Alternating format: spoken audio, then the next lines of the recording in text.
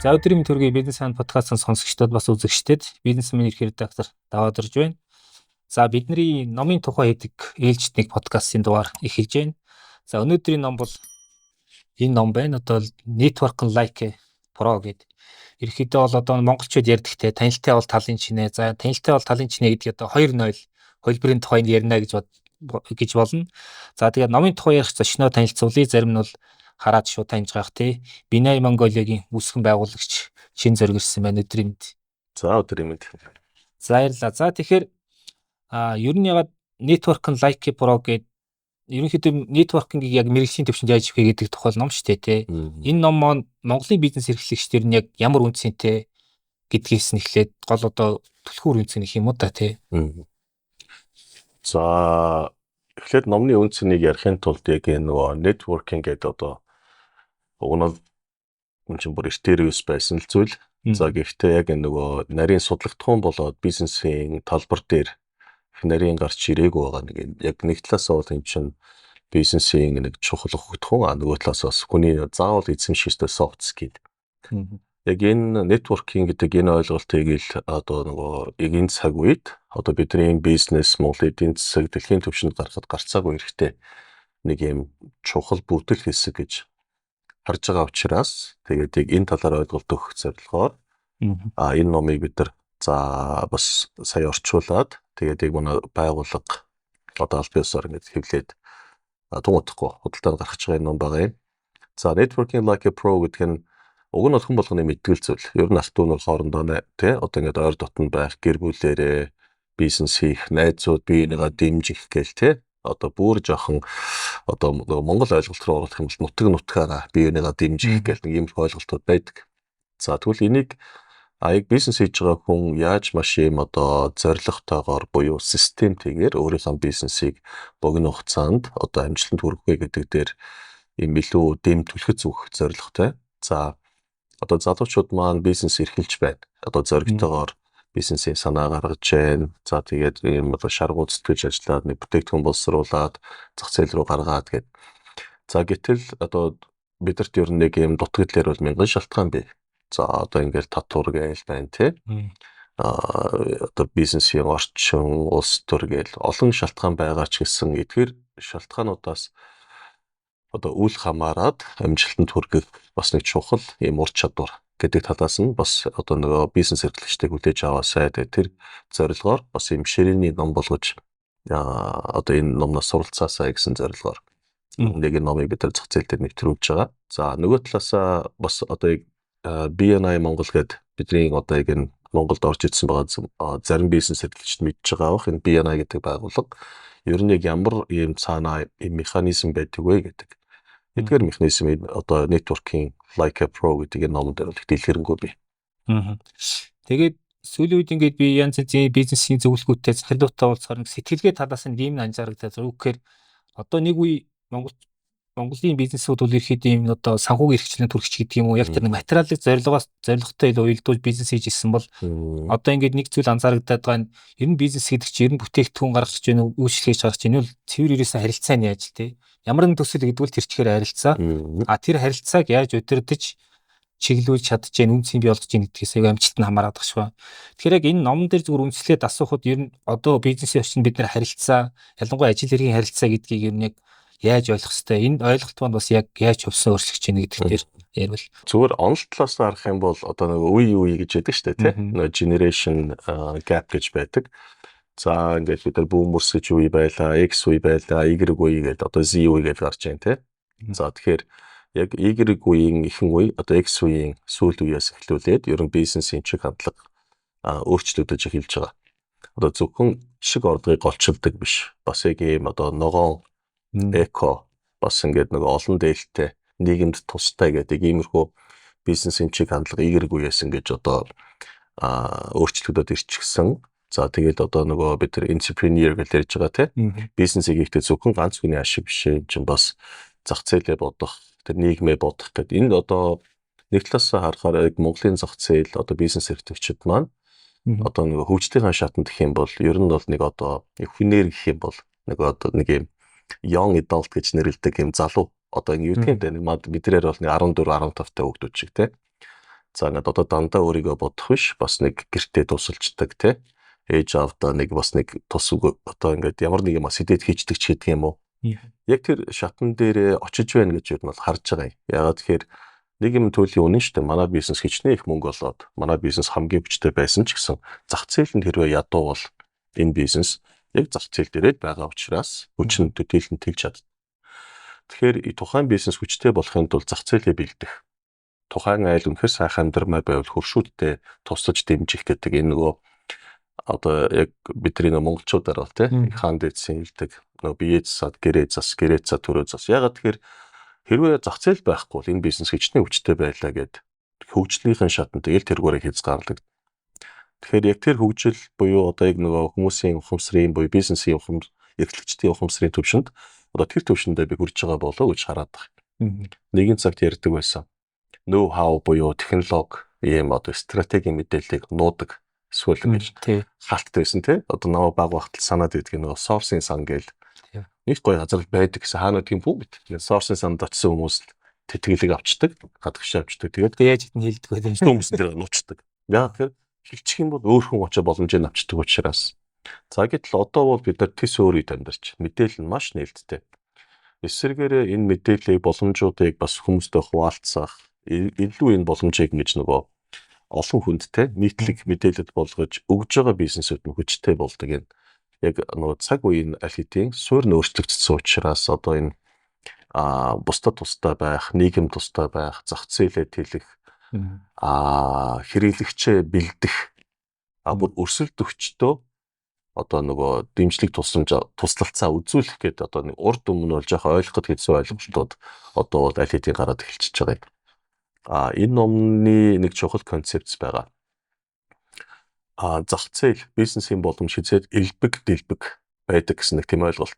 Тэгэхээр энэ нөгөө abundance mindset гэж одоо mindset гэдэг энэ ойлголт юу вэ гэхээр элбэг дэлбэгийн сэтгэлгээ гэдэг нь хүн ингээд бизнес хийж байхдаа боддог шүү дээ. Ингээд манай бараа ингээд яг зарагдчихсэн чи яг манай хажуудалд ингээд өөр яг адилхан бараатай дэлгүүрээр ингээд манай худалдаа багасаад эхлэнгүүд хүн дотор юу гэж бодох вэ гэхээр энэ нөхөрл манай бүх худалдан авагчдыг татаад байна гэж бодож байгаа.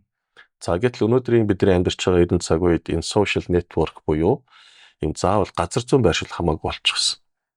Тэгэхээр нэг талбар дээр байгаа хүмүүс гээд одоо манай байрыг тойрол за нэг 5000 хүн амьдардаг байлаа гэж бодъё те. Гэтэл Улаанбаатар хот хэдэн хүн амтай. Тэг чи маш том зах зээл байж байгаа. Тэгэхээр өөр дүүрэгт байгаа тэр дэлгүүртэйгээ заавал өрсөлдөд байх шаардлага байна. Харин ч эсвэргээрээ энэ дүүрэгт байгаа дэлгүүртэйг хамтрах юм бол манай харилцагчид тэр дэлгүүрийн харилцагчдад нэмэгдэх. За одоо заавал байрныхаа нэг гадаа амьдрахгүй шүү дээ. Тэрүүгээр явж байхдаа тэр дэлгүүрээр ч орчдөг.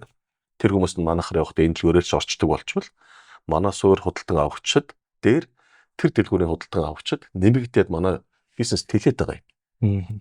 Тэгэхээр энэ ойлголт нь өөрөө юу вэ гэхээр юм зах зээл өөрөө юм нэг өрсөлдөх юм уу нэг боломжийг алдах гэдэг биш. Эсвэргээрээ нэг л би өөрөө одоо манай бизнес дээр аль хэдийн үр ашиг өгж байгаа тэр хүнд тусалж чадах юм зах зээлээ хуваалцах буюу юм харилцагчтай тэлэх гэдэг энэ ойлголтыг л одоо сүүлийн үед бизнес хийж байгаа хүмүүс маань одоо яг ойлгож эхэлж байгаа юм. Тэр ойлголт энэ номон дээр байдаг.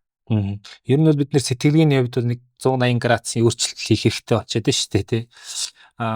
Энэ номын гол түлхүүр санаа нь Бинягийн чинь цэцэн түлхүүр санаа байдаг тийм нэг гиверскен гэдэг өгсөн хүн хождог гэдэг. Яг энэ концепцийг цааш яасан тайлбарлаж өгвөл те энэ бол бас шинэ зүйл байгаа даа шүү дээ. Одоо уг нь бол шинэ зүйл биш их л эртний зүйл юм. Энэ яг монголчуудын хамгийн сайн мэддэг нөгөө нөхрийн хэрэг бүтвэл өөрийн хэрэг бүтнэ гэдэг санаа. Ягаад тэгэхээр хэн нэгэн хүн яг цор ганцаараа яг нийгэмдэр амьдрал дээр оршин тогтнох хэцүү. Хэрвээ тэр хүн ганцаараа бүгдийг чаддаг байсан бол болно. Тэгтэл бүгдийг чадах боломж байхгүй. За хэн нэгэн хүн нь одоо хичээл заахтаа сайн бай, хэн нэгэн уран зурагтаа сайн бай. Хүн өөрийн гэсэн хэлбэрээр ингэж нөгөө төрөлжиж хөгждөг. Гэтэл тэр зураач хүн хоол хэрэгтэй. Тэгтэл цаанаа энэ хүн өөрөө мал түгэж болно те. Тэгэхээр ямар ч хэлбэрээр байсан нийгэм маань өөрөө олонлог үүсэж байгаа учраас заавал нэг нэгнээс ингэ шүтэлцэж байх юм зүй тогтолтой. Тэгэхээр эртээр үес монголчууд маань яадаг байсан гэхээр яг нэг зүйлээр их мэрэгшдэг. Одоо мэдгүй нөгөө ном сум хийдэг ном сумаал насаараа хийдэг те. Морин хуур гэдэг нь насаараа морин хуураа хийдэг. Тэнүүгээ маш сайн хийн. За ингээд энэ морин хуур хийдэг хүн нь бусдаа морин хуур хийхэд нь тусна. За ингээд түүнийх нь одоо шан одоо нөгөө хөлсөнд нь морь авах гэдэг юм уу те. За энэ утга өөрөө яасан гэхээр ийм бусдаа хэдий ч нэ та өгөх чадамж өндөртэй байна. Хэдий ч нэ бусдад таны яг өгж байгаа тус маш одоо ийм нарийсгсан мэрэгжлийн байх тусмаа тэр хүмүүс өөрсдийн чаддаг зүйлээр танд туслангаа танаас тусаа авах юм өгөх авах гэдэг юм харилцаанд. Тэгэхээр энэ ойлголт маань яг ийм Монголд одоо шинээр орж ирж байгаа зүйл огтхонч биш юм. Харин Монгол ард түмэнд байсан суурийн ойлголтыг өнөөдрийн бизнесийн орчинд энэ ажиллах боломжтой л гэдгийг юм баталж байгаа. Илүү юм одоо инновацлагдсан хэмжих боломжтой хэлбэрээр орж ирж байгаа л давуу тал. Буддийн гүнханд шүтэн барилга гэдэг нэг ойлголтыг ер нь тэрэлний нэг өнцөг нь явж шүү дээ. Түрүүнтэй хэллээ ингээд нэг санаа хэлсэн одоо хуучин бол ингээд тэр их хяналтандаа одоо аль болох их зүйлийг хяналтандаа байлгах хүсэлтэй байсан бол одоо ингээд шеэр хийж штэ тий. Аль болох хэдийг шеэрлэн тэр зэгээ үн цэнд номж яадаг. Одоо хэр их хаалттай биш нээлттэй байснараа яаж юм ч гэдэг юм уу тий. Тэгэхээр ер нь яг зүгээр одоо ингээд бизнес эрхэлж байгаа хүмүүс бол ингээд янз бүрийн үн цэнтэй нэтворкинг сүлжээнд орох тэр холбоосууд орох бол зайлшгүй хийх ёстой ажлынх нэг болчихлоо л яг бизнесмен хүний одоо энтерпренер хүний. Гэхдээ ер нь бид нэр одоо яг зүгээр өнөөдрийн нөхцлөөс харахад бас тэр тал дээр ямар тийм нийтлэг алдаанууд гаргаад байна. Ер нь яг тэр бизнес тэр нэтворкинг гэдэг зүйлийг бизнесийн стратегитэй ямар зарчмаар яаж уяах хэрэгтэй гэдэг дээр та нэг юм зөвлөгөө маяг гэх юм чиглэл маяг гэх юм тий. За нэтворкинг гэдэг энэ ойлголтод өөрөө одоо Харвардын сургалтанд дээрч байдаг. Ер нь нэтворк ямар давуу талтай вэ гэдэг хүнд ер нь суур 3 ашиг тус өгдөг. Үйл ажиллагааны хувьд буюу за одоо энэ нь бидний бизнест те бараагаа борлуулах, эсвэл ажил хөөцөлдөх гэж бид үйл ажиллагааны ашиг тус их авдаг. За дээрээс нь зөвхөн үйл ажиллагааны төдийгүй BNI ч бай одоо бусад одоо Монголд орж ирсэн нэр хүндтэй нэтворкинг байгууллагууд байна. Аль нь ч бай гэсэн хүнд ийм ажил хэрэгээ одоо хөөцөлдөх те танилтай талын чинээ гэдэг шиг. За бас мэдээлэл стратегийн чухал мэдээлэлд бидний бас нөгөө мэдээлэлд өөрөө хаалттай байх тусам энэ бизнесийн хөгжил удаашрдаг. Тэгвэл энэ мэдээллийг хуваалцах боломж олгож байна. За хамгийн чухал нь хувь хүн өөрөө тэр нэтворкод орсноор өөрийнхөө ертөнцийг тэлэх, харах өнцгөө тэлэх, оюун бодлоо тэлэх, тэгээд дээрэс нь бусдаасаа суралцах, бусдынхаа туулж одоо суралцсан тэр замналаас одоо би заавал алдаж байж биш, алдахаас өмнө суралцах боломжуудыг олгодог. За тэгвэл энэ олон төрлийн нэтворк байгаа боловч за энэ номон дээр бичигдсэн яагаад тийм одоо мэрэгжлийн төвшөнд нэтворкинг хийгээд байгаа ганцхан шалтгаан бий. За аль ч төрлийн нэтворкод орох үед нэг юм одоо хатсуур хандлага нийлээ. За одоо би нэг нэтворк ивентэд очлоо. Тэнд ирж байгаа хүмүүсийн нийтлэг хандлага бол бүгдээрээ л өөрсдийнхөө бизнесийг танилцуулах, өөрсдийнхөө бараа бүтээгдэхүүнийг борлуулалтыг тэлэхтэй өөрсдөндөө тус авах зорилгоор очиж байгаа юм. Ер нь бараагаа борлуулах те маркетинг зорилгоор. За 100 хүн ирлэхэд 100 хүн бүгдээрээ л тийм зорилготой очно. Гэтэл энэ дунд нэг ч хүн те за энэ дунд хэн нэг хүнд тусалч, хэн нэг хүнийг харимжилтанд хүргэж, хэн нэг хүний барааг би худалдаж авъя, хэн нэг хүний барааг борлуулж өгье гэдэг хандлагаарууд очдоггүй. Одоо ингээд 100 хүн бүгдээрээ л биенээс авах хандлагатай очичвол хэн нэг өгөх юм. Энэ өөрөө яадгүй гэхээр мэрэгжлийн бус буюу яг ийм нэтворкийн нийтлэг асуудал байна. Тэгэхээр ивент дээр шүү хүн болгон л нэрийн хуудасаа танилцуулж байна. Хүн болгон л өөрийнхөө хүсэлтийг хэлж байна. Гэтэл туслая гэж очдог ийм одоо функц байдаггүй л гэсэн санаа. Тэр энэ номон дээр байгаа гол агуулга нь юу вэ гэхээр яагаад бизнес урагшлах маань яагаад би олон жил нэтворкингийн байгууллагт элсэд орсон ч гэсэн миний бизнес явахгүй байгаагийн шалтгаан тэр. Нэг нэгэндээ туслая гэхээс илүү нэг нэгнээсээ тус авъя гэдэг ийм хандлага дээр хоорондоо мөргөлдөд байдаг гэсэн санаа. За тэгвэл энэ харилцаа холбоо яахаар нэгдэх вэ гэхээр тухайн нэтворкт очиж байгаа хүн зөвхөн авъя гэдэг нь биш байгааз. За тэгвэл одоо тэр хүнд ингээд надаас тус хүсэж дээ штэ. Надад өгөх юм байгаа бол би өөрийнхөө өгч чадах зүйлийг өгчий. За ингээд хүн болгоно ихлээд авах зорилгоор биш байгааз. Тэгээд хөнхөн өгч чадах өөрийнхөө юм хэцүү бишээр тусалж чадах зүйлээр бусдыгаа туслаад байхаар одоо нөгөө хэрэгцээ шаардлагатай хүмүүс ч хангагдаад эхэлж. За ингээд эхлэнгүүт хүмүүс тэгвэл би ч гэсэн надад бас нөгөө нь тусалж чадах юм байгаа штэ гэд одоо өгөөд эхлэнгүүт энэ нөгөө зах зээлийн хэрэгцээ одоо нөгөө эрэлт нийлүүлэлт нөөрөө дүүгээд эхлэхээр энэ систем маань ажиллаад эхэлж байгаа гэсэн санаа. Ерөөсөө энэ номны болон яг одоо нөгөө бизнес эрхлэгчдийн гаргаад байдаг бидний сэтгэлгээний гол алдаа бол ерөөсөө тэр. За тэгэнгүүт нэг ийм хандлага үүснэ. За одоо тэгвэл би хүн тусалчлаа. Одоо тусалсан юм чинь буцаага тусаа авъя гэж нэхэх гэдэг нэг хандлага байдаг. За одоо жишээлх юм бол BNI байгууллага дээр ч тэр те амьдрал дээр ч тэр тийм байдаг. Хүн тусалчаад хариу гараа суугаад идэх те. Хариу нэрэхгүй болохоор гомдох нэг юм үзэгдэл үүсээд эхэлдэг. Тэнгүүтээ хүмүүс юу гэж бодож байна гэхээр тэгэхээр хүн туслах димээ байгаа зү. Хүн ингэ тусалчаар ирээд ингээд хариу өгөхгүй байх гэдэг нэг юм хандлага гардаг. За энэ өөрөө бас сэтгэлгээний буюу яг нэтворкингийн гол ийм сэтгэлгээний алдаан тооцогдно. Ямар ч хүнд өгж байгаа тус шууд хариугаа өгдөггүй. За энийг нөгөө зөөрлөх юм бол та нэг гоё жимс идмэр санагдлаа тий. Алюминий мод тарилаа. Шууд тарингуудаа маргааш ясан жимсээ авъя гэхээр одоо тэр чинь ургаачгүй байгаа шүү дээ тий. Эхлээд үрслээ тэр чинь ингээд ийм бот бүхтэй голтой иштэй болно. За тэгээд дараа жилээс нь ингээд өшөө том болж байгаа. За ингээд 3-4 жилээсээ алимаа өгдөг. 3-4 жил болохоос өмнө ганц ширхэг тэр үрнээс нэг ч алим гарахгүй. Харин маш төвчээртэй та тэр модыг усалцаад 3 жилийн дарааг бол харин ч сайхан үр жимсээ өгнө. Үр жимс нь дахиад олон мод болоод ургуулж болно.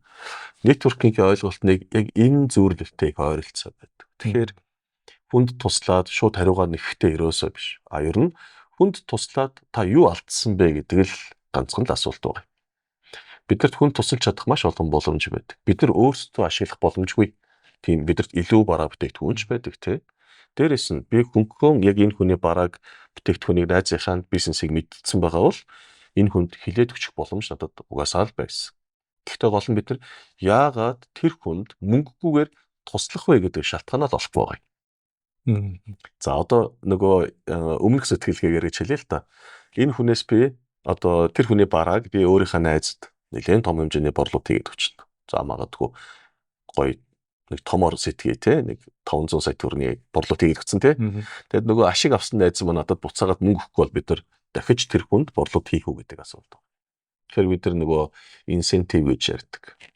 Би чиний барааг зарж өгсөн юм чинь чи дундаас нөгөө цавж байгаа өгөхгүй бол дахиж туслахгүй гэдэг юм те. Энэ болохоор яаж юм гэхээр шууд борлуулалтынхаа ашигаас бид нар нөгөө хариу хүлээгээд байгаа шинж.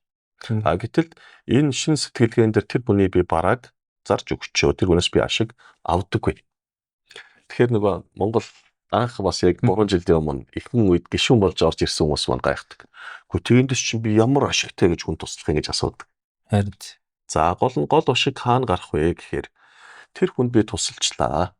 Тэр хүн надад хариу өгөхгүй байж болно. За ингээд би дахиад хүн тусаллаа. Яг тэр энэ холбож өгж байгаа ажил надаас тийм өндөр гаргалтай зүйл биш баг. Тэгвэл тэр хүн цаанаа нэг ач санан те тэглээгээ шууд хариу өгөхгүй ч болно. Гэхдээ тэр хүн мөнгөөр туслаагүй ч гэсэн миний талаар эерэг сэтгэлтэй болвол өөр хэн нэгэн хүнд манай бизнесийн талаар тэр хүн тогтмол сайнаар ярих. За ингээд бүр тэр хүн урт хугацаанд ингээд хамтран ажиллаад эхлүүл энэ итгэж явж байгаа өөрийнхөө тусалсан ачтай хүний заавал хүнд эергээр ярьж байгаа. Бид нар амьдралдаа тэгдэг штэ тий. Сайн найзуудтайгаа бол өстой чихэн хаасайгүй зарж л байгаа үстэй тий. Манай найз юм штэ гэж бүр хүнтэй хэлцүүлчих гээл. За яг энэ үзэгдлийг бид нар яг зөвөр юм суурийн тавьж чадах юм бол энэ нэг жилдээч одоо овоож оцоод л надад ашиг авчрахгүй байж болох ч урт хугацаанд маш хүчтэй юм нийгэмд хийсэн хөрөнгө оруулалт маань эргээд миний талаар ойлголтыг манай бараа бүтээгдэхүүний зах зээл дээр маш сайн суурьшуулж өгөөд эргээд тэр хүмүүс маань шууд манай найз туслаагүй ч гэсэн тойр үз замаар борлуулалт болж орж ирэх хамтын ажиллагааны санал авах зэрэгээр миний бизнесийг урт хугацаанд тэтгэхэд явуулгаа л гэсэн юм ойлголт байна. Тэгээ энэ дээр дөрүүлээ дасах удаа өглөө маань их үзэхлээр би нэг рилийг зүгээр хальт харлаа л да. Тэнд ингээд мань хүмүүс ярьж ийн гэхээр бизнес бол одоо мөнгөтэй байхаас илүү юм ихтгэл даах чадварын л асуудал юм байлээ гэж ярьж байгаа байхгүй юу. Тэгэхээр одоо ингээд энийг зүгээр ингээд одоо манайх гадны хөрөнгө оруулалтын тэгэл өчнөө олон жил ярьж яан орж ирэхгүй л юм тийм ээ. Яг энэтэй холбоод яхаар ирэхэд ямар ч төвшөнд айгүй тийм үнэн зөв тогтлоод байгаа байхгүй юу. Чи хичнээн ихтгэл даах чадвартай тэр ирээр одоо мөнгөн болон мөнгөн бус байдлаар яг танаас ярьсан шингээд зэнийг зашиг нэргээд ирдэг гээд. Тэгээ одоо ингээд бидний ихэнх одоо тулгамдаад асуудлыг харахаар ихэд ингээд ихтгэл даах чадваргүйтэл юм итгэлцлийн хямрал гэх юм уу нэг иймэрхүү юм болоод тах шиг ба. Тэгээд нэг хүний хуурчаад дахиад яг тэргээр ингээд нөгөө хүнээс ашиг авах гээд зүтгээд идэг тийм тусалтууд одоо зөндөд ингээд дотоор хий эргээд те. Тэгээд бизнес аль хэдийн ингээд итгэл байхгүй байснаар хязгаарчаад нэг ойлгохгүй ингээд зүтгүүлээд идэг ийм байгаад гэж байна. Тэгэхээр зүгээр итгэлцэл гэдэг зүйлийг энэ номын агуулгатай ууж яриултээ зарим бизнес эрхлэгчид одоо итгэлцэл бол шинэ үеийн актив энтер гэж ярьж янз бүрээр хэмээж байна л да. Тэгээ яг итгэлцлийг одоо бий болох одоо англиар нь trust building гэж яддаг та одоо итгэлцлийг бэхжүүлэх нэг арга ухаан байгаад байна шүү дээ. Итгэлцэл гэдэг зүйл бол өөрөө баялаг. За хэдүүлээ баялаг гэж ярихаар баян хүн гэдэг ойлголтон дээр очдөг тий. Тэгэхээр баян хүн гэж ямар хүнийг хэлдэг вэ гэхээр за мэдээж мөнгө ихтэй хүнийг бол баян гэх баг. Хөрөнгөтэй тий. Эсвэл олон үйл хөдлөлттэй. За гэтэл яг баян гэдэг үг монгол хэлэнд маш олон утгаар хэрэглэгддэг. Одоо найз нөхдөр баян байж болно. Хайраар баян байж болно. Заавшаа хүн итгэлцлээр баян байж болно тий. За тэгвэл энэ баялаг гэдэг зүйл маань өөрөө биетэй болон биегүй гэсэн хоёр хэлбэрээс бие биенээрээ шилждэг гэдэг ойлгочтой хийнгээ. За энэ номон дээр Ivan Meissner-ийн өөрийнх нь хэлж байгаагаар нийгмийн капитал гэж нэрлсэн байна. Санхүүгийн капитал гэдэг хоёр янзын ийм одоо хөрөнгийг нэрлэж байгаа юм. За нийгмийн капитал гэдэг нь болохоор яг шууд мөнгөнд дүнгээр хэмжигдэхгүй.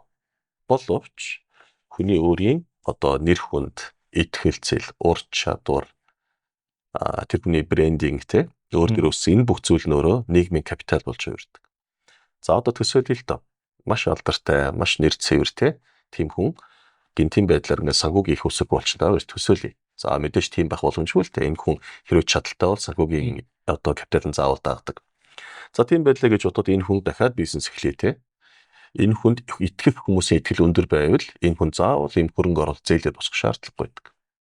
Хүн итгэж байгаа хүндээ заавал ийм хариу харж тусалдаггүй те. Урт хугацаанд энэ хүнийг сайтар мэдчихсэн чадварыг мэдсэн байгаа бол тэгэхээр энэ итгэлцэл гэдэг зүйл бол өөрөө яг юм мөнгөн дүнгээр үнэлэгдэх юм чадамжтай зүйл.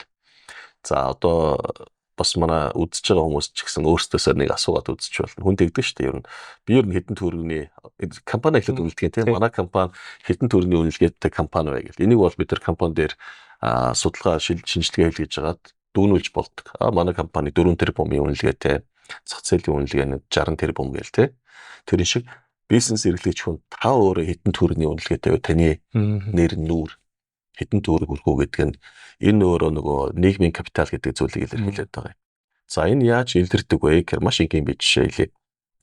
За BNI байгууллага жилийн хураамж аваад гишүүн болдог. Яг л бусад нэтворктэй адилхан. За энэ хүн нэг жил BNI байгууллагын гишүүн явлаа. Тэр хоорондоо хичээлээ зүтгэлээ те. Найзууд нь олон боллоо. За ингээд найзуудтайгаа бизнес хийлээ. Тэр болгон дээр нь итгэлийн алдахгүйгээр хариуцлагатайгаар маш сайн ийм одоо бүтээгдэхүүн үйлчлэгийг нийлүүллээ. За ингээд энэ хүмүүс нь тэр одоо бизнес эрхлэгч нэр хүндтэй сайтай, ам сайтай байлаа. За энэ хүн 1 жил явлаа, 2 жил явлаа, 3 жил явлаа. За ингээд 4 дэх жил дээрээ тэр хүн за одоо би болно гэдэг ингээд энэ нэтворкт явах аяллаа зогсоолоо. Тэр хүн төлбөр төлөхөө болцсон шүү дээ. Тэг гарангуут нь одоо жишээлх юм бол нөгөө салбарт байсан хүмүүс нь наа чи BNI-аас гарцсан шүү одоо юм битгий худалдаж аваарай гэж хэлэхгүй шүү дээ. Тэгэнгүүт энэ хүн хэдийгээр BNI байгууллагаас одоо ингээд нөгөө энэ системээр олонд танигдаад өөрийнхөө нийгмийн капиталыг нэт өсгөөд авчиж байгаа биз? Үнэ өсгөцсөн. Өсөгдснийхэн дараагаар энэ хүн BNI аялал зогсоосон ч энэ хүний нийгмийн капитал нь хязгаарч буурдаггүй. Энэ хүн тогтмол найзуудтайгаа найз хийвэрээ байна. Зах зээл дээр энэ хүн тоглож хийвэрээ байна. Тэгэхээр энэ хүн нэтворкоос гарч байгаа ч гэсэн энэ хүн нэтворк байх хугацаанд өөрийнхөө нийгмийн капиталыг өндөр үнэлэмжтэй болгож чадсан тал нууцсан байна. Тэгэхээр тэр хүний нэр хүнд, тэр хүний одоо хариуцлагатай байдал гэдэг те итгэлцэл өндөр болцсон хүн бизнесийг хийх амархан байдаг гэсэн санаа. Гойчхуу санаа хэллээ. Одоо илүү нэг практик маягийн асуулт асууя гэж бодож байна. Одоо энэ ном дээр ийм ишлэл байгаад байгаа. Be visible, be valuable, be remembered гэдэг өөрөөр хэлбэл харагдаж бай, үн цэнтэй бай. Тэгээд ер нь мартагдахааргүй гэх тээ. Тэгээд яг энэ одоо энэ сошиал төлөвлөлтөй холбож би асуух гэдэг юм л дээ. Одоо ингээд янз янзын платформуд Facebook-оос эхлээл мэргэжлийн болон янз янзын олон нийтийн платформ зөндөө байна тий. Тэн дээр хүн өөрийгөө юу гэдгийг одоо за рекламдах гэж яриа хэлж болохгүй. Ерөөхдөө ингээд өөрийгөө нөгөө нэг хинбэ гэдгийг харуулах, би ямар үн цэнтэй хүн бэ тий. Надтай яаж хамтарч болох юм бэ гэдэг тэр нэг мессежүүдээ өгөхдөө бас ямар хуу тийм одоо нэг тийм гайдлайн гэх юм уу зарчим баримтлал зүгээр ер нь нэг энэ сошиал боломжуудыг яаж ашиглавал илүү оновчтой бас энэ номын агуулга дээр бас байх шиг байсан. Эний суур дээр нь одоо сошиалч бай, бидний face to face те шууд networking бай, нүүр тулсан networking аль алинд нь харилцааны суур зарчим явдаг. За одоо ингээд одоо social network-ууд өөр маш том network шүү дээ. Нэг хүн бүр 5,000 хүнтэй найз болох боломжийг олгож байгаа. За энэ 5,000 хүн одоо хүний тоогоор таны network-ийн чанар одоо тодорхойлогддоггүй. Энэ 5,000 хүнийг та яг яс юм дээр бүгдийг бид нар нэг бүрчсэн танихгүй байгаа. Гэтэл энэ 5,000 хүн донд тань туслах чадамжтай хүн бүрч цөөхөн байж магадгүй. Тэгэхээр бид нар нэг асуулт өгдөг. 5,000 хүнтэй хүний хүчтэй networkтэй юу? 5хан найзтай хүнтэй хүчтэй networkтэй юу? Тэр нэгдүгээр энэ 5,000 хүн нь хэр чанартай, хэр даацтай хүмүүс вэ гэдгээс хамаардаг. Хүн болон найзын хүсэлт явуулгууд л аваад байвал одоо энэ зориггүй найзууд үүсч эхэлнэ. Тэгс нэг чанар муутай network. Нөгөө талд нь яг таны ажил амьдралд туслах чадамж өндөртэй, үнэхээр таны танд хамгийн сайн итгэдэг тэм чадaltaй 5хан найзтай байх нь илүү байж болно гэсэн санаа. Тэгэхээр social network төр бид нар цаад энэ одоо цонхны сан байгаа дэлгэцийн санаагааныг бид нар мэдэхгүй шүү дээ. Энэ хүмүүстэй хэрэг амьд харилцаа үүсэхгүй бол чанартай network маань илүү багасдаг. За мэдээж social marketing хийнэ бид нар за ингээд 5,000 хүнд 20,000 хүнд 100,000 хүнд мэдээлэл цацаад за ингээд нэг 0.6% нь те худалдан авч болох магадaltaй. За тэгвэл энд ингээд тодорхой хэмжээний зардал цаг хугацаа гарч байгаа. Маркетингийн одоо аргууд буюу хүн татах аргуудыг ашиглалаа гэж бодъё. Boost хийгээл те. Тэрнээсээ илүү яг юм чанартай цөөхөн худалдан авагч буюу яг хүн хоорондын харилцаа үүсгэсэн хүмүүс нь тань туслах магадлал илүү байдаг гэсэн санаа. Сошиал дээр үүнийг хийж болдог. Бид нар хүнд хэрэгтэй юм ярьж байна уу? Эсвэл хүнд туслах зорилгоор би өөрийнхөө сошиалыг хөдөлж гин үү? Эсвэл авах зорилгоор хөдөлж байна. Манипуляц хийгээд байна уу тийм ээ? Тэгэхээр manipulation гэж хэлж байгаа. Хүний анхаарал татах нь бол мэдээж хэрэг энэ бол масс руу бид нар тор хаяад байгаа хэрэг шүү дээ. За гэтэл хичнээн том тор хаялаа гэж цөөхөн загас барих. Гэтэл та ганцхан хүнтэй найз байхад тэр хүн чинь таныг Монголын зах зээл рүү шууд батлан даах гэдэг энэ хоёрын хооронд за яг бизнес утгаараа харах юм бол зардал одоо нөгөө юм масс маркетинг зардал өндөртэй байдаг. Тэгсэн мөртлөө эргээд орж ирэх борлуулалтын хувь нь бага. Гэтэл одоо яг энэ реферал буюу итгэлцлэр үүсэж байгаа энэхүү маркетингийн бас нэг хэлбэр шүү дээ тий. Зах зээл рүү хэлж байгаа. Энэ илүү даацтай байдаг.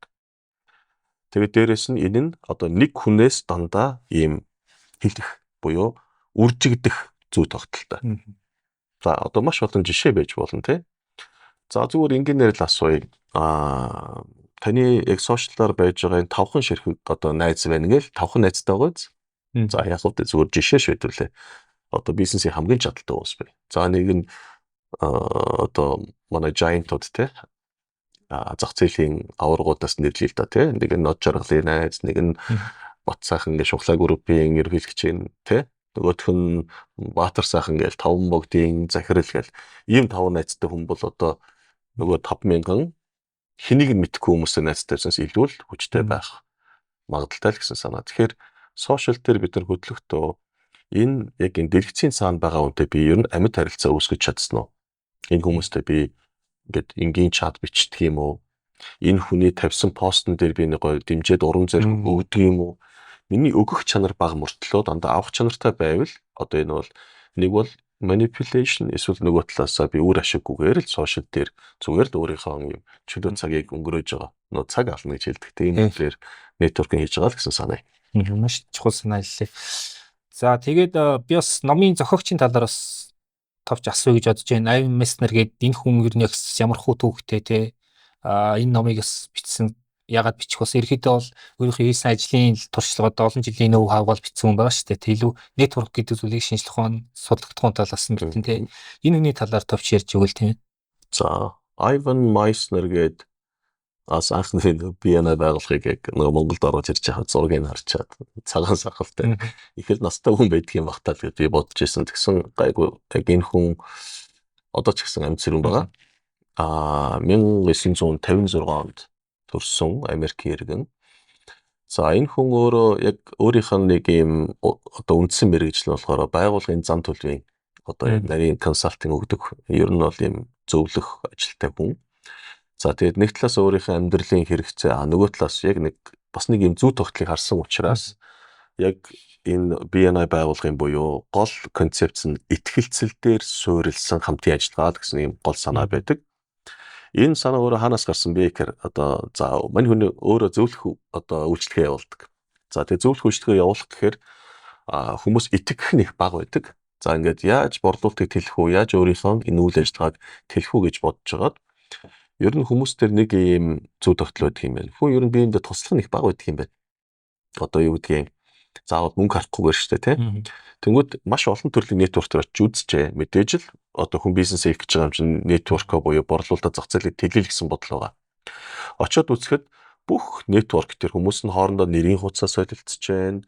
Маш олон биентэйгээр мэдээлэл цуглуулдаг мөртлөө тэр ивентийн дараагаар биентэйгээ хамтран ажиллах нь маш бага байна гэдгийг хараад яагаад хамтран ажиллахгүй байгаа вэ гэхээр түрүү чи миний хэлсэн нэтворкийн тасалдал буюу хүн болгон зүгээр л өөрийнхөө бусдад те бараа бүтээгдэхүүнээ зарах буюу бусдаас ашиг авах сонирхолтой байгаагаас тусалж байгаа нэг баг юм байна. Энэ дээр маш том орон зай байдаг юм байна. Тэгвэл би эхлээд туслаад үзье гээд. За ингээд яасан гэхээр өөрөө одоо зөвлөх хүн байсан учраас заавал ийм өндөр төлбөртэй гихгүйгээр тухайн очсон нэтворкийн яг итгэл дааж байгаа одоо гол хэдэн хүмүүсээ танилцаад санал хэлсэн байна. За манайх хэдүүлээ ер нь нэг уулзахаараа авъя гэх биш те. Ер нь бие биендээ нэг юу өгч чадах хэдүүл энэ туршаад үзэх үгээд. Би бол нэг юм өгч чадна заавал мөнгө төр гэхгүй ингээд та юу өгч чадах хэдүүл энэ биендээ туслаад үзье гээд. Тэгээд эхэлсэн чинь нөгөө уулзалт амжилттай болоод хүмүүс нь ер нь их тэр уулзалтандаа ирэх дуртай болоод тэр нь ихэндээ зөвлөгөө know how байсан сүлдээ чи ийм зарддаг юм бол би чиний энийг чинь би тэр хүнд би гоё ингээд уламжлаад өгч чадна шүү дээ гээд яг энэ анхны одоо туршсан энэ хэлбэрээс нөө BNI байгууллагын анх суурь нь тавигдсан төвхтэй байдаг. Тэгээд тэр 7 хоног болго уламжлагдаад сүлдээ за энэ бол ерөөсөө бизнесийн гарц юм байна гээд за ингээд анх 1985 оноос эхлүүлээд өнөөдрийг хүртэл юм явсан түүхтэй байдаг. За тантай бас холбогдуулж асуумаараа BNI-г оруулж ирснээр ерөөхдөө яг энэ номын агуулга таны хувьд таны сэтгэлгээг ер нь бас яг яаж өөрчлөлттэй гол яг онцож ярих зүйл бол энэ нэтворкинг гэдэг ойлголтыг анхнаасаа би бас бодож байгаагүй. Яг үнийг хэлэхэд анх би 2013 оноос эхлээд яг Монголын зах зээл дээр миний хамгийн эхэлж хийсэн одоо ажил буюу эрхэлсэн карьер бол бизнесийн сурагч багш. Та бүхэн маань бас зарим нь дуулж ирсэн баг. Dale Carnegie гэдэг Dale Carnegie-ийн сургалтын төвгээд хамтран үүсгэн байгуулагчаар байгуулж одоо эхэлсэн. За тэгээд яг энд маш олон одоо байгууллага хувь хүмүүс хичээл заах үед нэг ганц л юм байгаа юм. Бидэрт маш их боломж байгаад байдаг. Бид нар маш их боломжоо ашиглахгүй байна. Хувь хүний төвшөнд ашиглахгүй байна. Бизнесийн хувьд ашиглахгүй байна. За тэгээд энэ их боломжуудыг яаж ашиглах вэ гэдээ харахаар яг Монголын зах зээл дээр бидний нэг юм яг дутагдчихад байгаа нь хэдхэн зүйл бий. За одоо энэ бол би BNI байгууллага үүсгэн байгуулагч гэхээсээ илүү яг хувь хүний хөгжил, яг бизнесийн харилцааны багш гэдэг утгаараа хэлэхэд бид нар бие биендээ ийм үг буюу илэрхийлээд их багтаа байна. Бид нар өөрсдөө нэг бодлоо бодцоод хин нэг үнийг хүлээгээ суугаад байдаг. Нэг зүүн бэлгийн тулаанчин шиг тийм. Би үг нь асуусан бол чамд туслах л байсан. Надад туслах боломж байсан. Гэтэ чи асуугаагүй. Гэт нөгөө хүн тэрийг мэдэхгүй шүү дээ. Тэр монголчууд бас бие биендээ ингэж гоё ингээд өөрийнхөө санаа бодлыг чөлөөтэй айхгүйгээр ичхгүйгээр хэлдэг юм соёлтой болмоор байна гэд би их урт хугацаанд боддог байлаа. Аль ч сургалтыг заах үед тиймэрхүү хандлага харагддаг. Хүн өөрийнхөө санаа бодлыг юм зоригтой хэлээд эхлээд ойлголцоод эхлэхээрээ тэнд ямар нэгэн ийм зүй тогтол бизнес амьдралд нэм одоо нэмэгдэхүүн бий болоод эхэлж байгааг анзаарсан. За ингээд түүнийхэн зорилгоор илтгэх хурлын хичээлж заадаг байлаа, харилцааны хичээлж заадаг байлаа.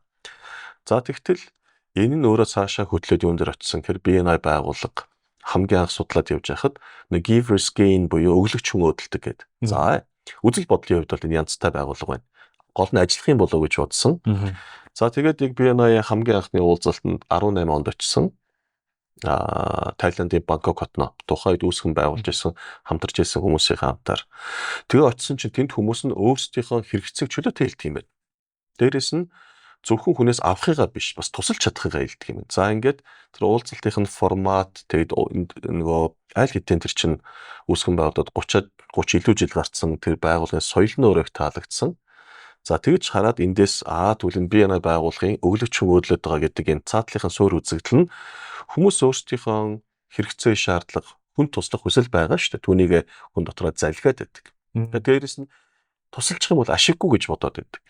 Энэ ойлголтыг нь л эвдэх юм гоё боломж юм байна. Тэгэхээр би дан ганц хичээл заагаад явах биш. Энэ өөрөө ийм нэтворкинг байгууллага болоод тэгээ 100 мянган хүнд хүрэх юм бол энэ бүх хүнд үр ашиг тусаа өгөх юм байна гэж харсан учраас яг эхлээд оруулж ирээ гэдэг сэтлэн төрөө дараа нь судалж явах явцдаа энэ байгууллагын үнэт зүйлсд илүү татагдсан гэж хэлэх нь бол илүү зөв баг.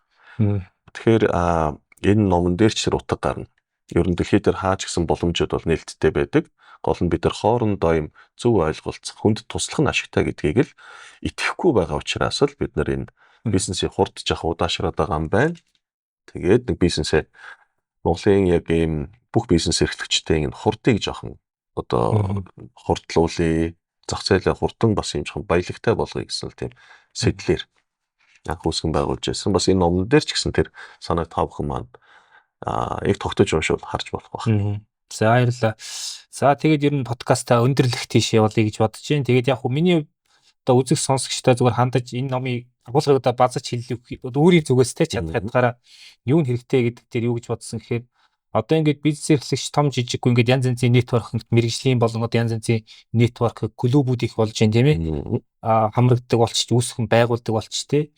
За тэгээд одоо энэ номын бас нэг ишлэл айгуугаа таалагдсан stop collecting contacts start building connection гэж байгаа тийм. Өөрөөр хэлбэл нэрийн хуудас цуглаад явхаа болоо тийм чанартай харилцаа, итгэлцлийг бий болгох тэр ажлаа хийж эхэлнэ гэсэн гол санаа.